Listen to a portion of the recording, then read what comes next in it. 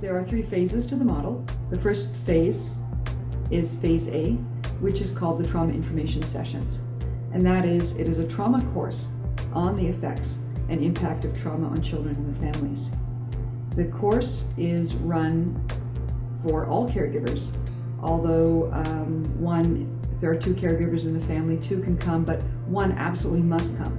And each week is mandatory. There are no exceptions, not because we are trying to punish anyone by saying if you miss one you need to repeat, but because the material is based on the fact that one session flows from the other, and if you miss an hour and a half of one week, you're never ever going to catch up again.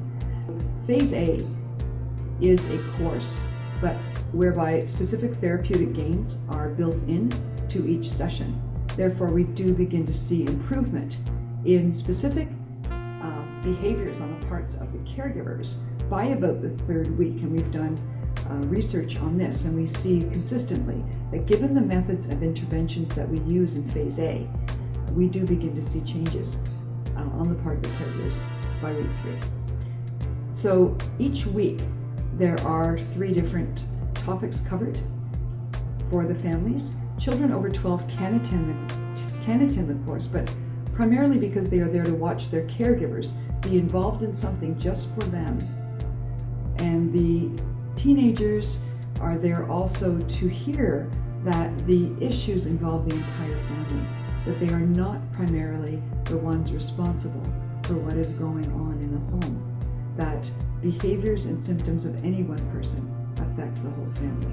And the teenagers are only too happy to hear that the emphasis is placed off of them and onto the family as a whole, and primarily through the ITTM onto the caregivers, not in a blaming way, but in an empowering way, that these are the caregivers that will and have the ability to lead their children through to the other side, to health and well-being.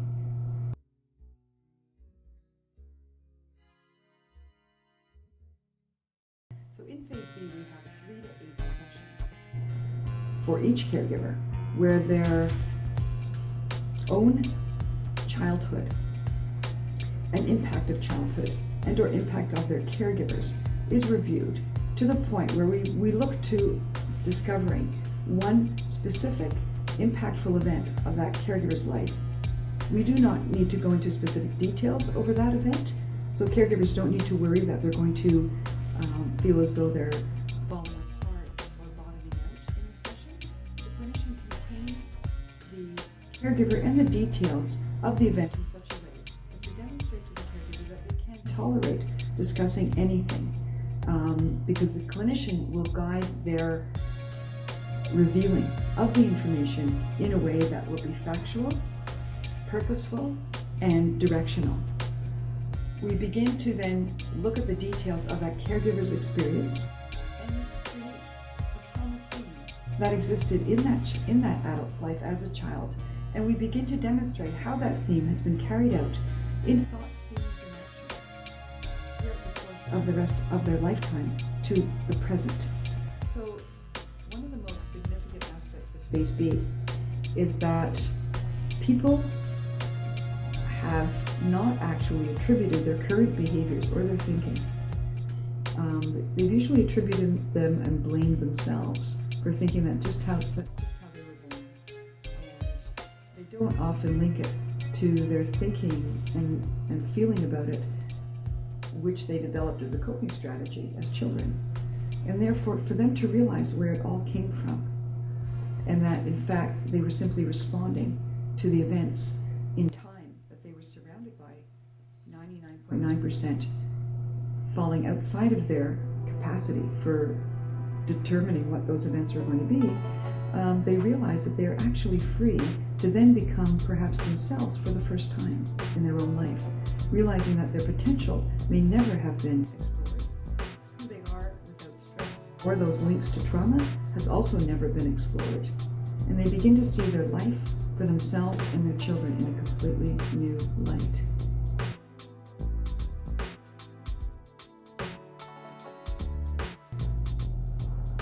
So then phase C consists of 3 to 8 sessions for the child with the caregiver present. At the end of phase B, we have already then identified according to the caregiver, what they think the theme and the traumatic event has been for the child. Often the traumatic event that has actually occurred for the child does not necessarily end up being the presenting primary treatment issue for the child. That is, how the child is making sense of it and what we end up treating, and in conjunction with what the event has actually been, could be very different. And the key to Phase C in this model is to train clinicians in how to accurately assess for each of these issues. So each session begins in Phase C with a 10-minute meeting between the therapist and the child's caregiver to review the homework, to share observations, and plan for the session with the caregiver alone while the child or adolescent is in fact waiting in the waiting room. We feel this is actually important for the child to see that, again, the caregiver is in the position of the lead driver of the bus. And that is, nothing is going to happen with the child where the caregiver is not out in the lead first. So the caregiver is driving the bus, and the child is realizing that even when the child comes in the room, the caregiver will still be the one that's ultimately responsible for their safety and health and direction in the world. The child and therapist then work together for 30 to 40 minutes on processing trauma and attachment-related issues while the caregiver observes. In the final 10 to 20 minutes of the session, the caregiver and therapist again meet with the child present to describe and discuss the child's reactions and revelations during the treatment sessions, to reflect on and interpret the child's behaviors from the treatment session, and to develop homework assignments and the treatment plan for the upcoming week.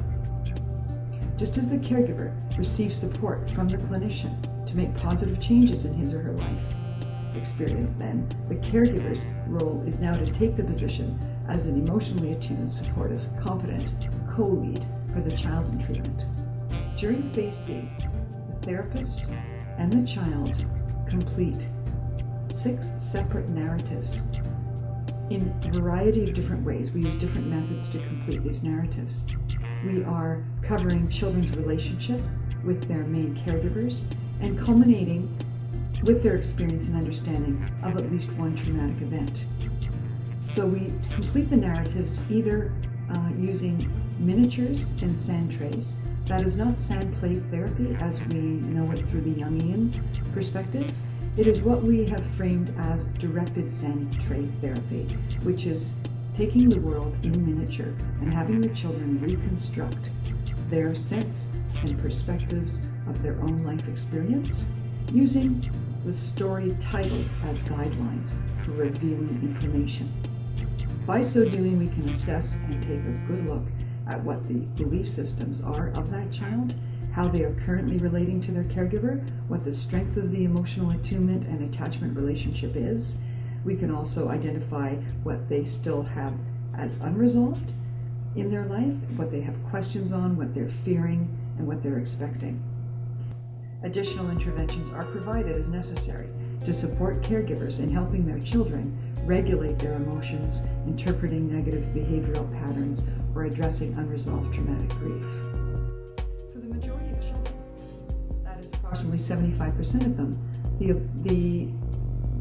the processes of Phase C that I've just described are sufficient for reducing and correcting children's attributions and beliefs and in reducing their symptoms to non-clinically significant levels. For a minority, however, additional interventions are required.